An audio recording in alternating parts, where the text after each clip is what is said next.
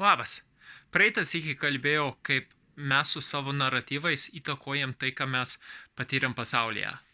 Tai, ką mes sakom kitiems ir savo, įtakoja, kaip mes matom, girdim ir jaučiam, užuodžiam.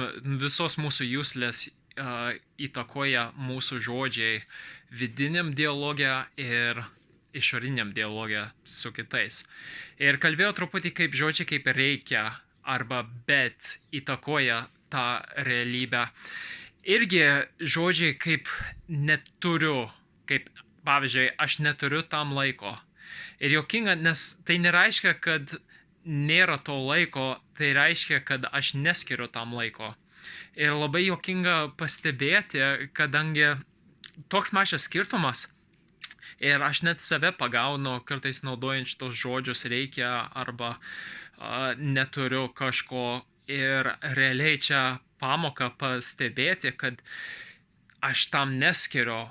Ir tai automatiškai duoda daugiau tokios galios savo, nes tai, ką mes kartojam gyvai ir savo, mes tai manifestuojam. Ir kai mes naudojam žodžius kaip reikia arba neturiu laiko, mes pradedam tikrai tikėti, kad nėra to laiko.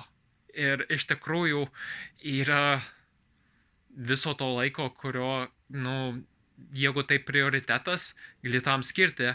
Ir galima kitaip tada įvardinti sakinius. Vietoj, kad sakyt, aš neturiu tam laiko, galiu sakyt, aš neskiriu tam laiko, nes tai nėra prioritetas dabar.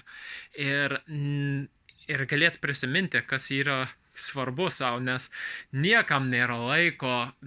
Skamba, kad nueina į tokį skundimą. Ir mes tada, kai skundžiam, tai sukūrėm savo labai nemalonę naratyvą, kurią pragyvenam.